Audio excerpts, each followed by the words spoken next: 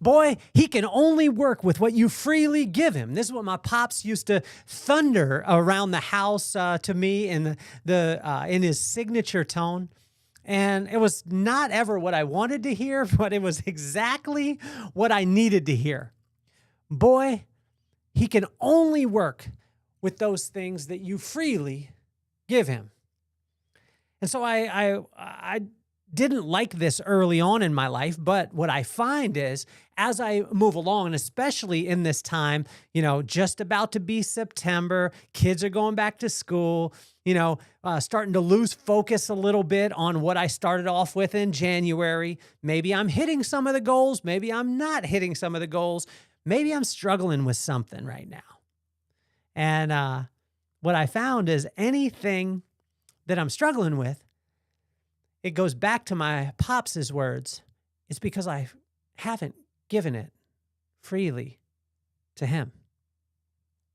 It's such a crazy thing when we look at it. And in Proverbs 26, it identifies the major things that will cause struggle and leads us back to the simple solution to freely give it to him.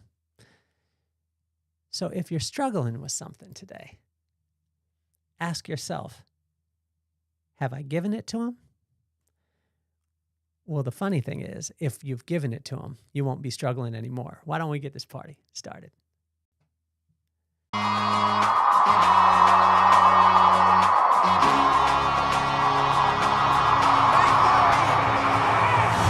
more on my mind. I got two shines, so every day I grind. Work in the morning, work in the evening. We's achieving, cause we believing. It's for certain, we put the work in. We ain't stopped just because it's hurting. Right before your eyes, so it's coming to no surprise. The takeover is televised. Over and over and over again. Make no mistake, we continue to win. Defeat never known, cause I will not lose. They wanna mimic my moves, but can't walk in my shoes.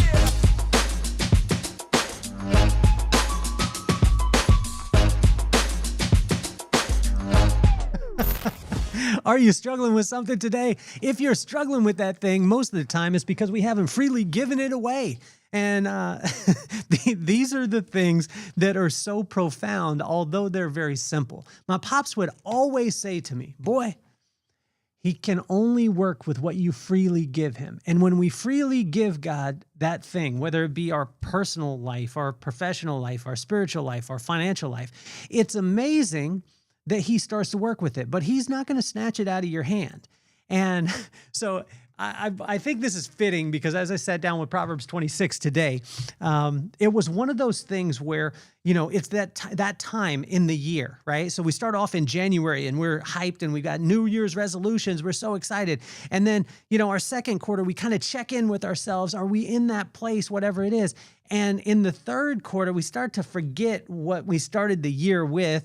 Sometimes we have a few celebrations of the, goals that we've hit or the things that we've hit. And then the challenges start to come in and we start to ask ourselves, oh man, I'm kind of struggling with this a little bit. And I've found that every time that I'm struggling in my life with something, it's because I haven't freely given it away.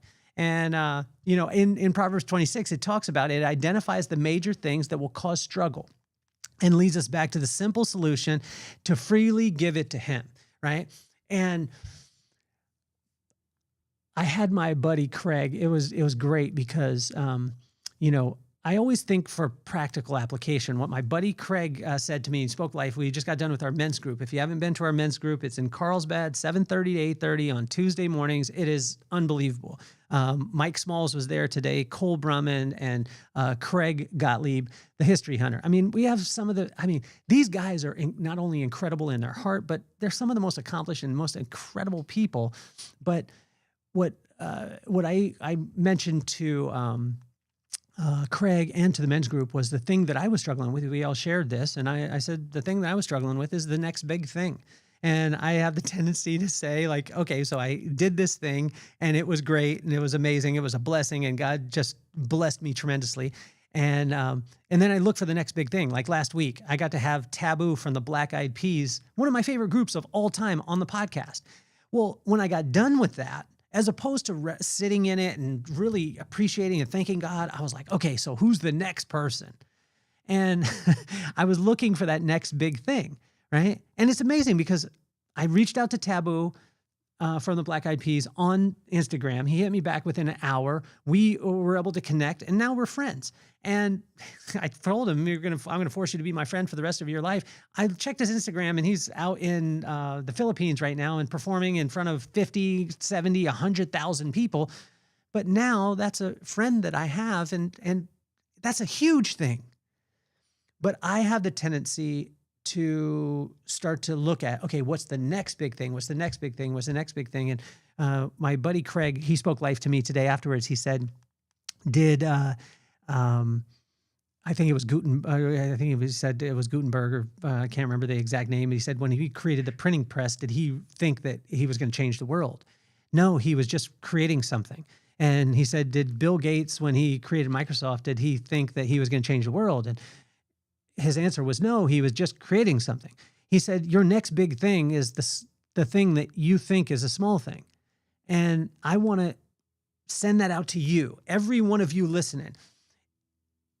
Stop thinking, well, when I say this, stop thinking, and I'm speaking to myself, stop thinking about changing the world or the next big thing, and focus in on what God has you to do right now, that little tiny inch stone, that little tiny inch stone. And what is an inch stone?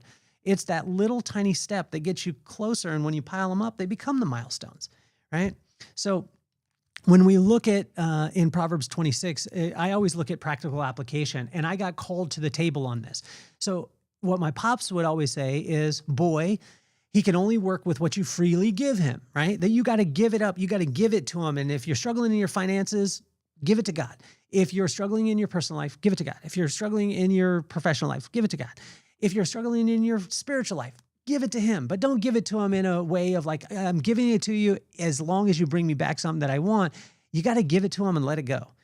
And God always works with me practical application. So I was reading this, and I was spending time in the Word, and I was using my, I go through the corresponding proverb, corresponding day. I'm holding up the Vibe Within, which is the INCHSTONES workbook. You could get that on Amazon. The link is in the bio.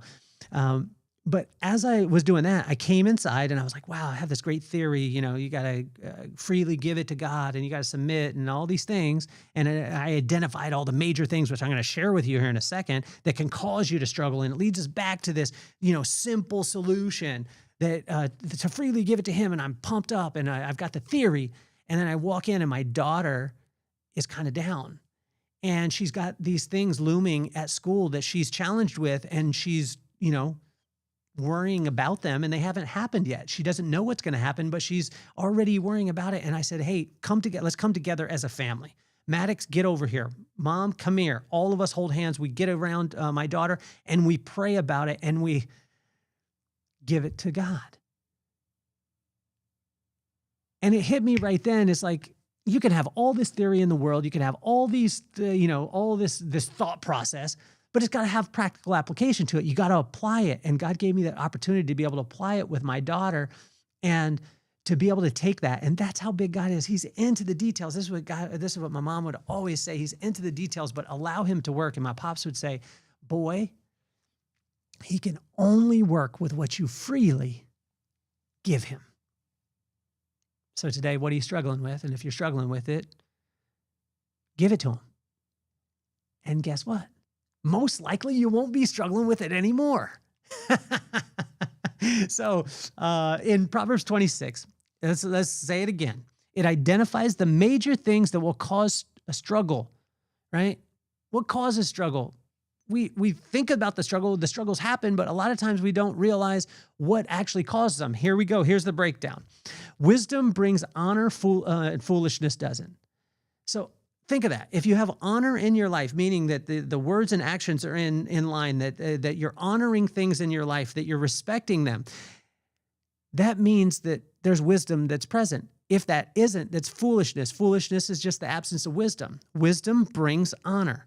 Foolishness doesn't. If you want honor in your life, seek wisdom. But where does wisdom come from? It comes from the fear of God. That's the beginning of all wisdom. And the fear of God is just the respect of God.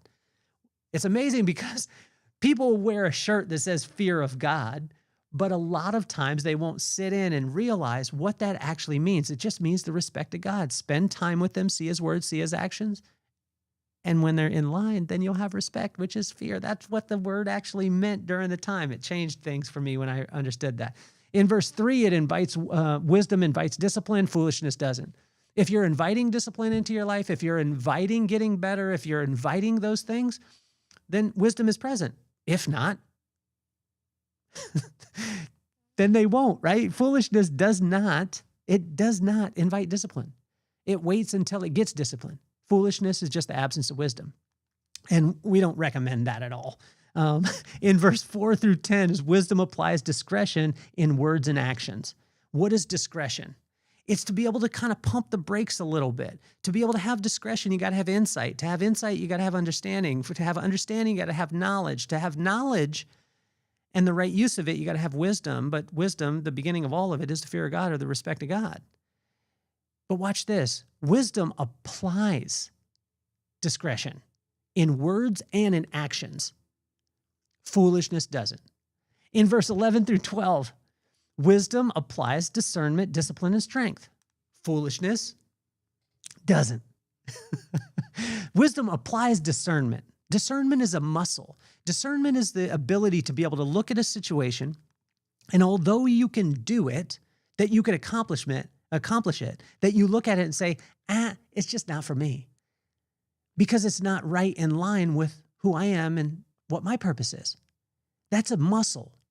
But get this, discernment requires discretion. Discretion requires insight. Insight requires understanding. Understanding requires knowledge. Knowledge requires wisdom. And wisdom always requires the fear of God. But wisdom applies discernment, it applies discipline, and it applies strength. Imagine if you had discernment as a muscle, you had the discipline to be able to apply it, and you had the strength to be able to see it through. Wisdom applies all of those. Foolishness doesn't. Wisdom is diligent. Foolishness is lazy. What's diligence? It's right work. What is right work? It's doing the thing that you're supposed to do. How do I know if I'm supposed to do it? Well, I can tell you that God knows that. And if you spend time with him, then he'll let you know of the things that you need to do. And it'll help you to be diligent, which will be right work. And when you do right work, you're a sniper as opposed to, just a buckshot. Spray and pray. Hopefully this thing works out, as opposed to saying, I'm just going to take and I'm going to lock in on my target and I'm going to go at it. That's what diligence is. It's right work. Right work doesn't make you tired. Right work doesn't take as much energy as a bunch of busy work. If you're exhausted, if you're weary, most likely you're doing some things that you have not applied diligence in. Wisdom is diligent, foolishness is lazy. In verse 17 through 19, wisdom minds its business and works its land, foolishness doesn't. Wisdom minds its own business. Because wisdom is the right use of knowledge. Then you add knowledge to it. That knowledge brings understanding. Understanding brings insight. Insight brings discretion. Discretion brings discernment. Discernment brings discipline. Discipline brings strength. And that leads you right back to the fear of God, which is the beginning of all wisdom. When we're doing that, and we have those things, imagine that. We just work our land. We don't worry about our neighbor's land. We don't worry about what other people are doing. Although the challenge is, and this is one of the challenges and struggles that we all have, is comparison. But imagine if you could erase comparison, or you could take yourself out of comparison and ask yourself, what is my land? And am I working that land? And am I minding my business? Is my mind on what I'm supposed to be doing? Wisdom minds its business and works its land, but foolishness doesn't. Wisdom speaks only life. Foolishness gossips. Wisdom uses positive fuel, and foolishness doesn't. Imagine that. Wisdom has a pure heart. Foolishness doesn't. Wisdom brings joy, peace, love. and life. Foolishness doesn't. As we go through this, I guess that is the blatantly obvious. I guess it's blatantly obvious that wisdom is the right choice. The million-dollar question is, how do we get it? The answer to that question resides in the signature familiar tone of my pops. Boy, he can only work with what you freely give him. Thanks, Pops. I appreciate you. I love you so much. And when you said it to me as a young kid, I didn't understand it, but it's amazing how now we can apply it in so many different areas. I got to apply it with my daughter today. I get to apply it in all the different areas. And what I would invite every one of you to do is just ask yourself today, what am I struggling with? What am I struggling with personally, professionally, spiritually, or financially? What am I struggling with? And when I'm struggling with that thing, have I truly, freely given it away? Have I given it away to God? Because when I do, or when you do, I can pretty much guarantee you won't be struggling with it any longer. I want to thank you all. My name is Kelly Cardenas. This has been an episode of INCHSTONES. We go through the corresponding proverb, corresponding day.